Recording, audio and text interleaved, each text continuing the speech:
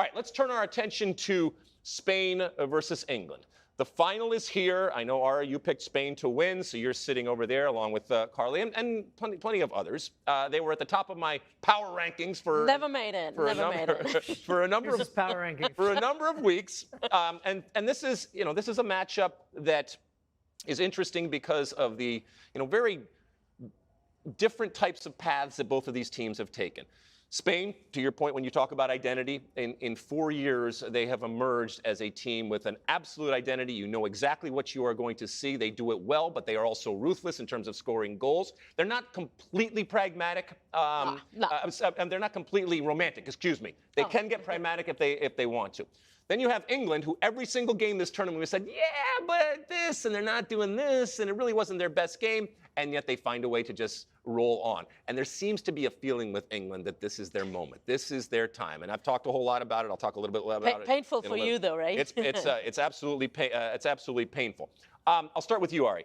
First off, how do you see this final shaping out? I know you've picked Spain, so you kind of have to go that direction. But if I went with all of your money to the casino down the road, would you still put it on Spain?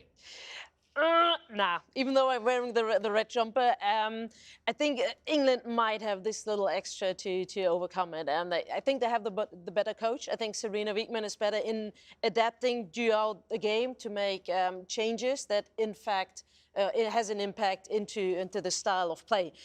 Spain has great players putting them from the bench, but it doesn't really change the way they play. So I think England has the bonus over there.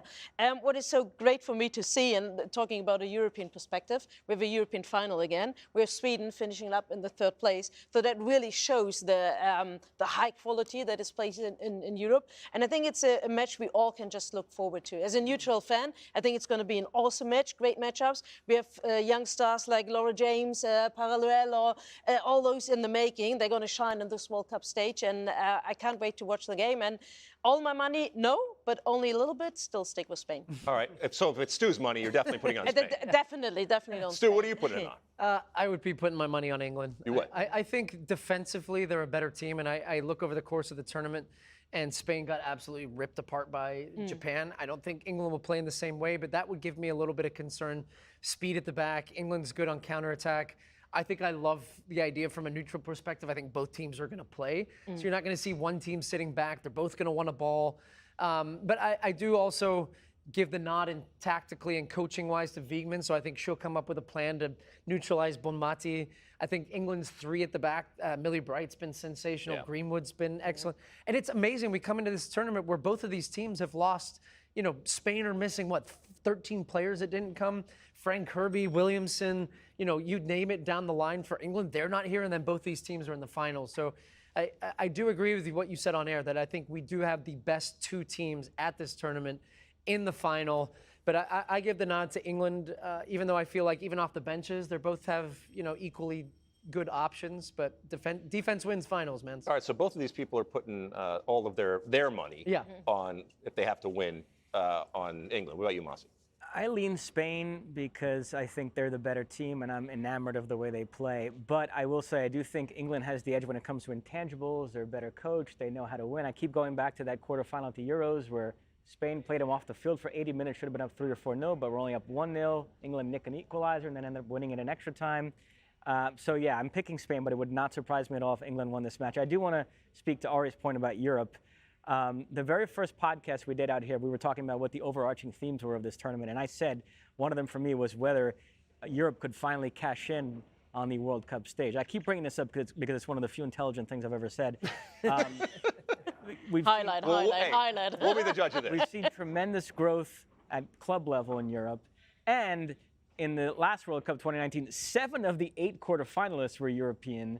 But the United States ended up going on to win it, which allowed people like you to poo-poo the whole Europe thing and say, well, if you don't have the trophy at the end, what does it matter? Well, now they are going to have the trophy at the end, and this is going to be the first Women's World Cup where 1st, 2nd, and 3rd were European. So I think... Oh, gosh, we're going to hear about it forever. Right. Yeah, and it's first European champion since Germany in 2007, a German team that featured... I'm trying to think of a player on that team. You don't know any player, right? Yeah, no, that's fine. But I just think we're going to look back at this World Cup as when Europe really wrestled control of the women's game, and the U.S., to bring it back to our first topic tonight, is really going to have to work extra hard to wrestle it back. I think the center of the women's game is now Europe.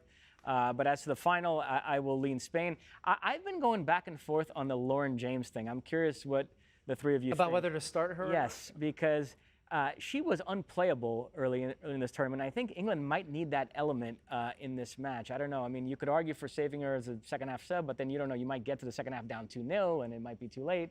So I don't know. I sort of lean towards starting here. I think. Yeah, I maybe saw Ella a Toone former slides back to the bench. A former English national team player saying, wading into this debate about, well, if it was Wayne Rooney on the men's side, you wouldn't be saying don't play her or him. You would say play him. And I don't feel that Lauren James has reached anywhere near the status of a, Wayne Rooney or that type of player on that side, because this team has been doing perfectly fine without her. And I think in many ways, and we know how Serena Wiegmann was. She played the same lineup every game of the Euros and they won. She's going to start the same team. I think you're going to see Lauren James off the bench. Yeah, so that's a great card to play off the bench. Yeah. I don't think that's. And also, I don't think she deserves it after what she did in the round of 16. Right. And She's young. I know she's young, but I'm saying that, she's not Wayne Rooney, for the love of God. I know. Thank God she's not. Oh, I'll send you the tweet. You can jump on it later. Well, and Lucy Bronze also, talking about how that. That one tripped me up. She was like, people are saying that we weren't even getting out of the group, and nobody was saying that. Nobody. You're the European freaking Nobody said champions. that. Nobody's telling you you're not getting out of the group.